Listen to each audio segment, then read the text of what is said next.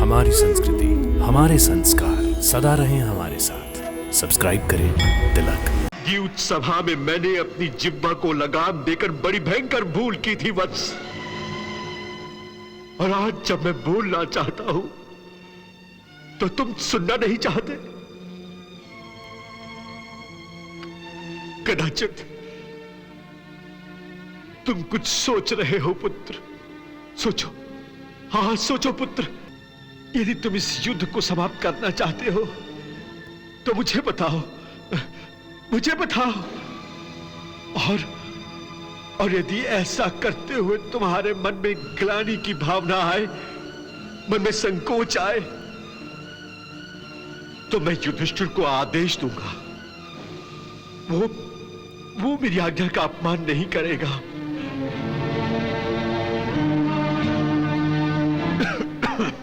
और यदि तुम इस युद्ध को जारी रखना चाहते हो तो मैं इस युद्ध को रोकने का आदेश देकर युधिष्ठिर का अपमान नहीं करूंगा। यह अधर्म नहीं कर सकता, मैं यह अधर्म नहीं कर सकता। ये राजहठ भी बड़ी बुरी बला है। इससे बचो पुत्र, इससे बचो।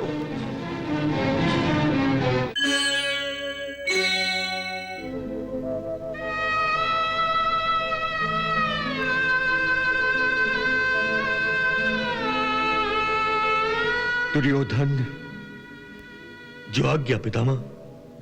तुम अर्जुन की शक्तियों को नहीं जानते। अर्जुन के पास वो भयंकर दिव्यास्त्र है। इन शस्त्रों से सुसज्जित अर्जुन से जीतने का सामर्थ्य तुम में से किसी में भी नहीं है। इसलिए दुर्योधन,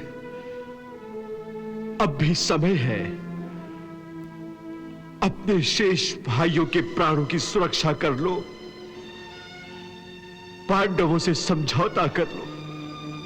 पितामह, आप कम से कम इस समय तो हम सब की चिंता छोड़ दीजिए।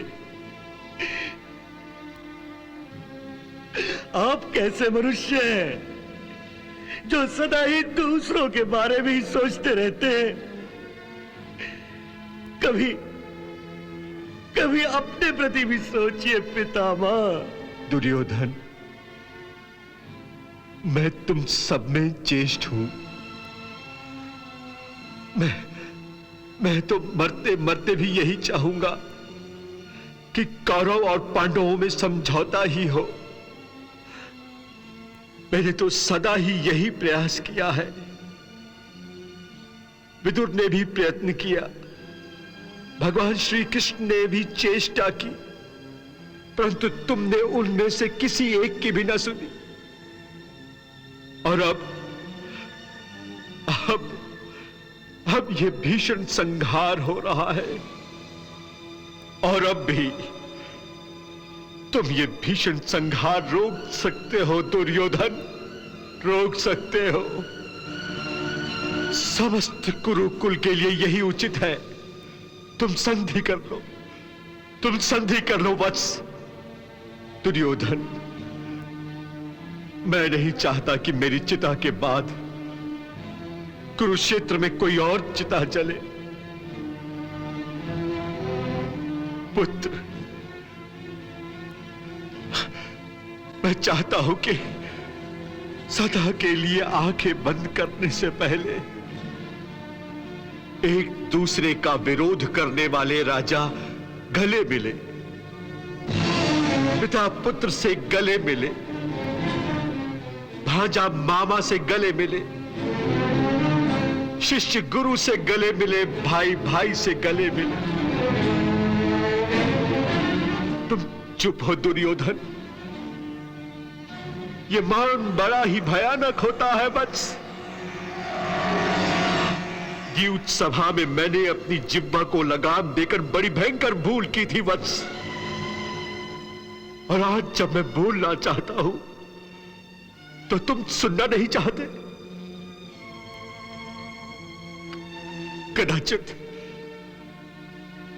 तुम कुछ सोच रहे हो पुत्र, सोचो, हाँ सोचो पुत्र।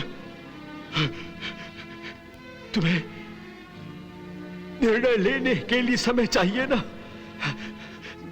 मैं देने के लिए तैयार हूं। हाँ, जितना समय चाहिए ले लो, जितना समय चाहिए ले लो। ये शैया मृत्यु शैया तो है, परंतु मेरे प्राण मेरी मृत्यु के नहीं, मेरे अधीन है।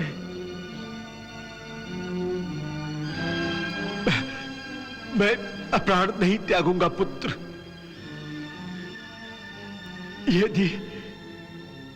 यदि तुम इस युद्ध को समाप्त करना चाहते हो तो मुझे बताओ, मुझे बताओ। और यदि ऐसा करते हुए तुम्हारे मन में ग्लानि की भावना आए, मन में संकोच आए, तो मैं युधिष्ठिर को आदेश दूंगा। वो मेरी आज्ञा का अपमान नहीं करेगा।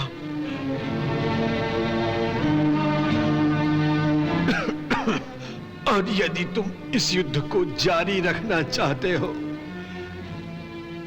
तो मैं इस युद्ध को रोकने का आदेश देकर युधिष्ठिर का अपमान नहीं करूंगा। यह अधर्म नहीं कर सकता, मैं यह अधर्म नहीं कर सकता। ये राजहठ भी बड़ी बुरी बला है, इससे बचो पुत्र, इससे बचो। यदि मेरी सलाह नहीं मानोगे तो अंत में पछताने का भी समय नहीं मिलेगा तुम्हें, क्योंकि पछताने के लिए जीवन का शेष होना आवश्यक होता है पुत्र, शेष होना आवश्यक होता है।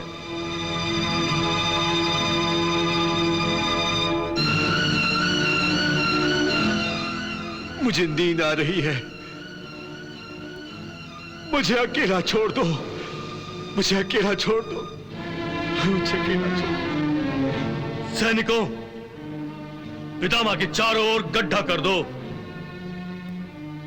पितामह के चारों ओर सैनिकों को पहरा लगा दो, ताकि पितामह को कोई वन्य प्राणी हानि ना पहुंचाए।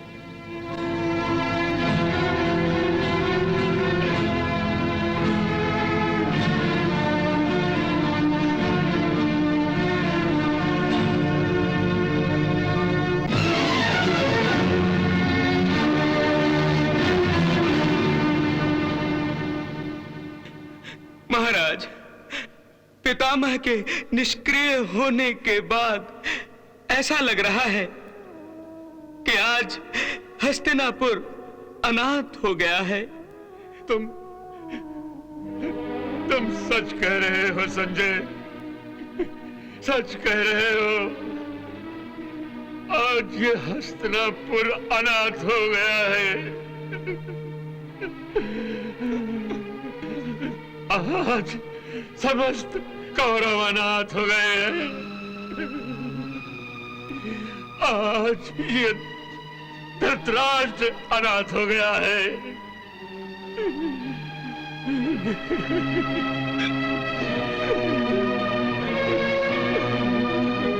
गांधारी ने सच ही कहा था संजय कि कौरव और पांडव में से कोई भी जीते, हार हमारी ही होगी।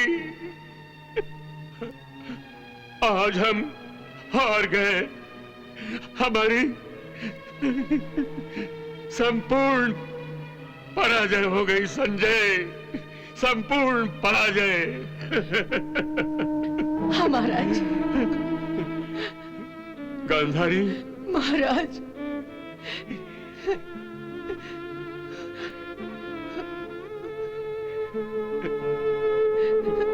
गांधारी, महाराज, आज हम अनाथ हो गए हैं गांधारी। महाराज, उस अशुभ समाचार को सुनकर मुझे ऐसा लगा कि आज मैंने अपने पिता को खो दिया है। इस अनाथ का कारण मैं हूँ गांधारी, मैं हूँ। ऐसा मत कहिए महाराज, ऐसा मत कहिए। हाँ गांधारी, हाँ।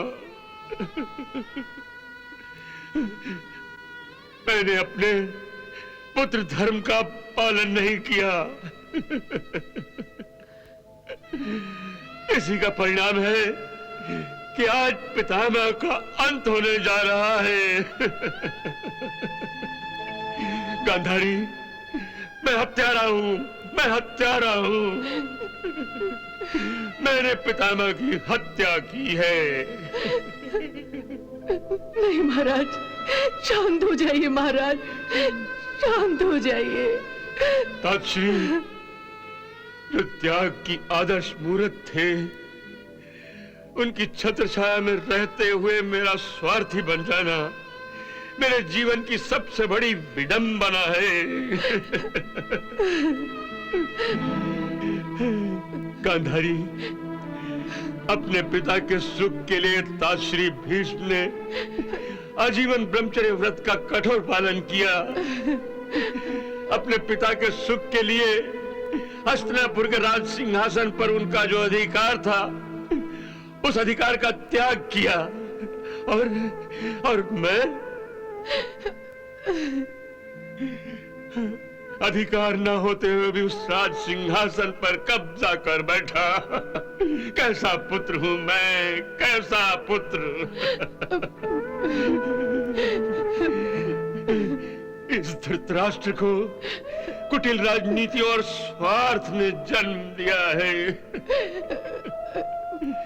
महाराज, ये युद्ध मैंने ही शुरू किया है गांधारी, और मेरे ही कारण समस्त कुरुकुल सर्वनाश की कगार पर खड़ा है। पितामह के शरीर में जितने बाण घुसे हैं, वो सब मेरे शरीर में घुसने चाहिए थे। वो सरसैया मुझे मिलनी चाहिए थी गांधारी, मुझे मिलनी चाहिए थी। महाराज, शरशैया पर उन्हें कितनी पीड़ा हो रही होगी।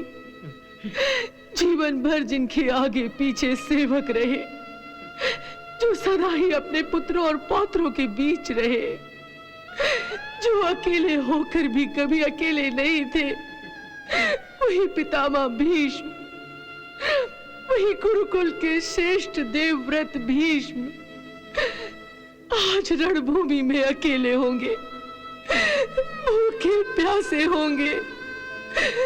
कौन उनकी सेवा करेगा? कौन उनकी सेवा करेगा? महाराज,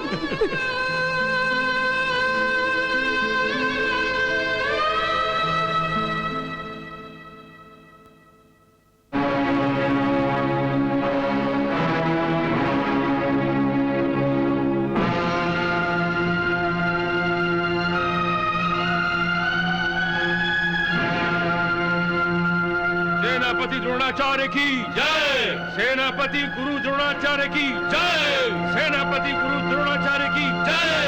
सेनापति गुरु द्रोणाचार्य की जय।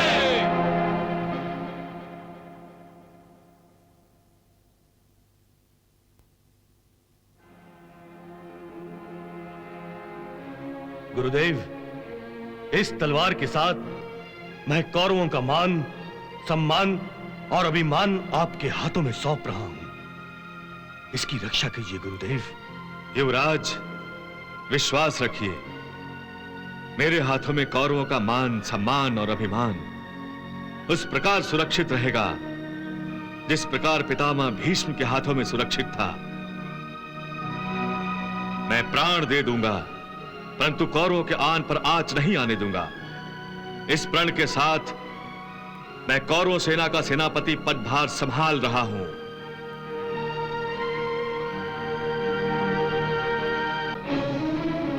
सेनापति गुरु द्रोणाचार्य की जय। सेनापति गुरु द्रोणाचार्य की जय। सेनापति गुरु द्रोणाचार्य की